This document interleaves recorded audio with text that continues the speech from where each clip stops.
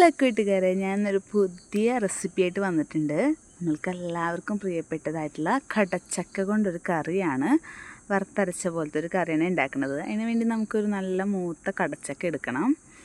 പാകമായിട്ടുണ്ടോയെന്ന് അറിയാം, മുള്ളുകളൊക്കെ വിരിഞ്ഞിട്ടുണ്ടോയെന്ന് നോക്കിയാൽ മതി. നല്ല ഒരു കടച്ചക്ക കിട്ടിയിട്ടുണ്ട്. ഇതിലേക്ക് ഉള്ളി വെളുത്തുള്ളിയൊക്കെ വേണം. നമുക്ക് കടച്ചക്ക വേവിക്കാൻ വേണ്ടി വെക്കണം. ഒരു കുക്കറിൽ ഒരു വിസിലടിക്കുന്നതിനേക്കാളും മുമ്പ് ഓഫ് ചെയ്യുക, അല്ലെങ്കിൽ ഭയങ്കര പാകമായി പോവും. കുറച്ച് ഉപ്പിട്ട് വെള്ളമൊഴിച്ചിട്ട് നമുക്കതിലേക്ക് കുറച്ച് മഞ്ഞൾപ്പൊടി ഇട്ട് കൊടുക്കാം. ഇനി ഇതിലേക്ക് അരപ്പ് തയ്യാറാക്കാൻ വേണ്ടിയിട്ട് നമുക്ക് നാളികേരം ചെരുകിയത്, പട്ട, ഗ്രാമ്പു, ജീരകമൊക്കെ ഇട്ടിട്ട് നമുക്കൊന്ന് വഴറ്റിയെടുക്കണം. നാളികേരം ഇങ്ങനെ ചെറുതായിട്ട് മൂത്ത് വരുമ്പോൾ നമുക്കത് അരച്ചെടുത്താൽ മതി.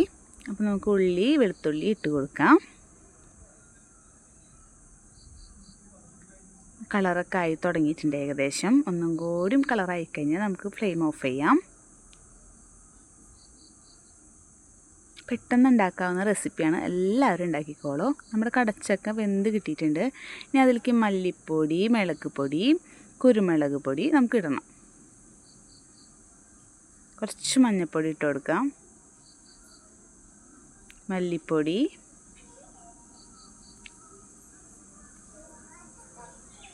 മുളക് പൊടി, കുരുമുളക് പൊടി ഇട്ട് കൊടുക്കാം. ഇത് എത്ര വീതം അളവാണെന്നുള്ളത് ഞാൻ ഡിസ്ക്രിപ്ഷനിൽ ആഡ് ചെയ്യാം, എല്ലാവരും നോക്കിക്കോളണേ. ഇനി നമുക്കത് കാച്ചാൻ വേണ്ടിയിട്ട് കുറച്ച് വേപ്പില, ചെറുതാക്കി അരിഞ്ഞ ഉള്ളി തന്നെ എടുക്കണം, എന്നാലേ ടേസ്റ്റ് കൂടുള്ളൂ. വറ്റൽമുളക് പൊട്ടിച്ചതും കൂടിയിട്ട് വഴറ്റിയെടുക്കാം. ഇനി നമ്മൾക്ക് കുറച്ച് പച്ചമുളക് കീറിയിട്ട് കൊടുക്കാം. അരച്ച് വെച്ച അരപ്പ് ചേർക്കാം. ഒന്ന് തിളക്കിനെ വരെ ഇളക്കി കൊടുത്താൽ മതി. അധികം ഇളക്കണ്ട, ചിലപ്പോൾ പൊടിഞ്ഞു പോകും കടച്ചക്ക. കുറച്ച് മല്ലിയിലയും കൂടി ഇട്ടിട്ട് നമുക്ക് ഡെക്കറേറ്റ് ചെയ്ത് കൊടുക്കാം. നമ്മളുടെ കാച്ചി വെച്ചിട്ടുള്ളത് നമുക്കിതിലേക്ക് ഇട്ട് കൊടുക്കാം. നല്ല ടേസ്റ്റി ആയിട്ടുള്ള കടച്ചക്ക കറിയാണ്. നമുക്ക് ചോറിൻ്റെ കൂടെ വെറുതെ തിന്നാം. എല്ലാവരും ട്രൈ ചെയ്ത് നോക്കൂ.